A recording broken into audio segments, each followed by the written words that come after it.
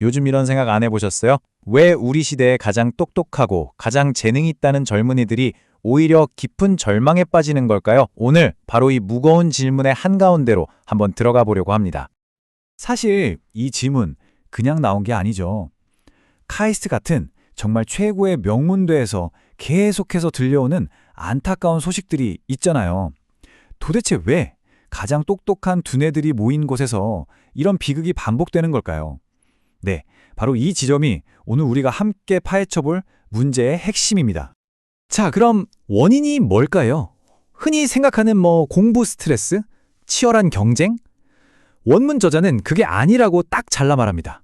그보다 훨씬 더 깊은 곳에 있는 문제, 바로 목적의 위기 때문이라는 거죠.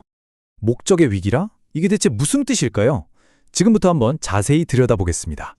저자는 우리 시대를 이렇게 진단합니다. 정말 냉혹하죠? 전염병이 사람을 죽이는 것이 아니라 우울증이 사람을 죽인다.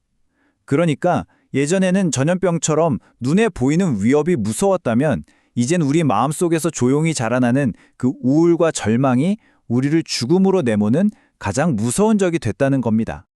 여기서 한 걸음 더 나아가는데요. 저자는 우리가 지금 자살의 시대에 들어섰다고까지 말합니다. 와, 정말 충격적이죠.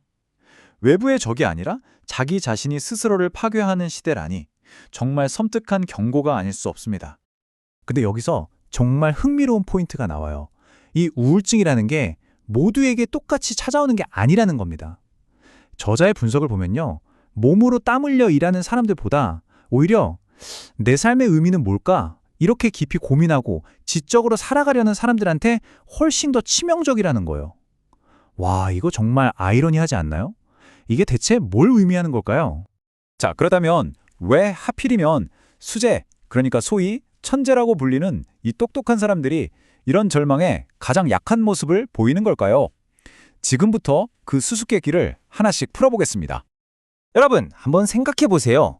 천재의 머릿속은 과연 무엇으로 가득 차 있을까요? 그들을 진짜로 괴롭히는 고민은 뭘까요? 다음 표를 보시면 그 차이가 확 느껴지실 겁니다. 자, 이 표를 한번 보세요. 차이가 정말 극명하게 보이죠? 보통의 학생들은 어디 취직하지? 월급은 얼마나 받을까? 이런 현실적인, 그러니까 어떻게 살아갈지에 대한 문제를 고민합니다. 근데 수재들은 완전히 달라요. 그들의 머릿속은 나는 왜 이걸 공부하고 있지? 이 학문이 미래에 무슨 의미가 있는 거지? 처럼 아주 근본적인 왜, why에 대한 질문으로 꽉 차 있다는 거죠. 바로 여기서부터 비극이 시작됩니다. 수재들은 세상 가장 근본적인 질문을 던지는데 정작 우리 사회는 그 질문에 대한 답을 내놓지 못하고 있어요. 이게 무슨 뜻이겠어요? 가장 똑똑한 두뇌들이 망망대해 한가운데서 방향을 잃고 헤매고 있다는 겁니다. 이게 정말 무서운 역설입니다. 그들을 천재로 만들어준 그 명석한 두뇌가 나아갈 목적, 즉 왜를 찾지 못하는 순간 자기 자신을 파고드는 가장 날카로운 칼이 되어버리는 거죠. 아니, 그럼 왜 우리 사회에는 그 왜에 대한 답이 없는 걸까요? 저자는 그 책임의 화살을 바로 앞선 세대에게 돌립니다. 아무도 닦아놓지 않은 길, 한번 들어보시죠. 보세요. 과거 세대는 목표가 정말 명확했어요. 전쟁으로 폐허가 된 나라를 다시 일으켜 세우고 선진 기술을 배우고 굶주린 가족을 먹여 살려야 한다는 그런 절박한 사명감이 있었죠. 그런데 그 목표들이 어느 정도 이루어진 지금 젊은 세대는 그래서 이제 우린 뭘 위해 달려야 하지? 라는 텅 빈 질문 앞에 덩그러니 놓이게 된 겁니다. 저자의 비판은 정말 날카롭습니다.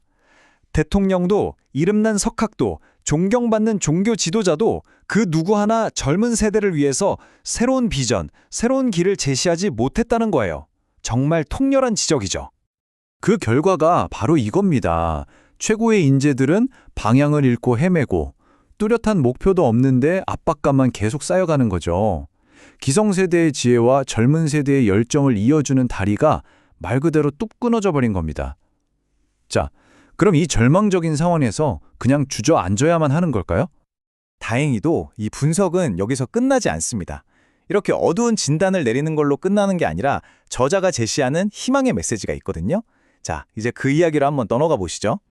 지금 이 순간에도 아마 길을 잃고 방황하고 있을 그 젊은이들에게 저자가 아주 구체적이고 또 직접적인 메시지를 던집니다.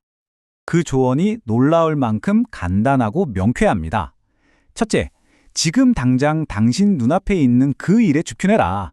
둘째, 아직 오지도 않은 미래 때문에 너무 조급해하지 마라. 그리고 마지막 셋째, 믿어라. 길은 반드시 열릴 것이다. 이렇게요.